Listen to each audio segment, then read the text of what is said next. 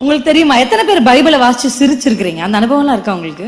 Good. ஒரு சில பேர் இருக்காங்க. பைபிள்ல காமெடி இருக்கா? இங்க காமெடி இருக்கு, ஃபைட் இருக்கு, ட்விஸ்ட் இருக்கு, ஹீரோ இருக்காங்க, ஹீரோயின் இருக்காங்க, எல்லாமே இருக்கு.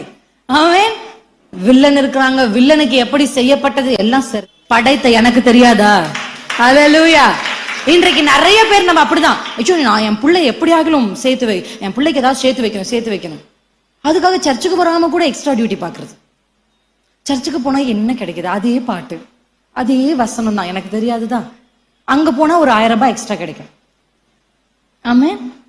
அந்த பிசினஸ் மீட்டிங் போனா எனக்கு ஒரு 1 லட்சம் லாபம் வரும். இதெல்லாம் பார்த்து கொண்டிருந்தால் வேலைக்கு ஆகாது. ஆமென். நம்ம கஷ்டப்பட்டு பிரயாசப்பட்டு 1 லட்சத்தை சேர்த்து வைப்போம். ஒரே ஒரு அப்படின்னு ஹாஸ்பிட்டல்ல போய் அட்மிட் ஆன உடனே ஒரு வென்டிலேட்டரை போட்டு ஒரு இன்டுபேஷனை வச்ச உடனே ஒரு நாளைக்கு எவ்வளவு சார் பில்லு? 1.5 லட்சம்.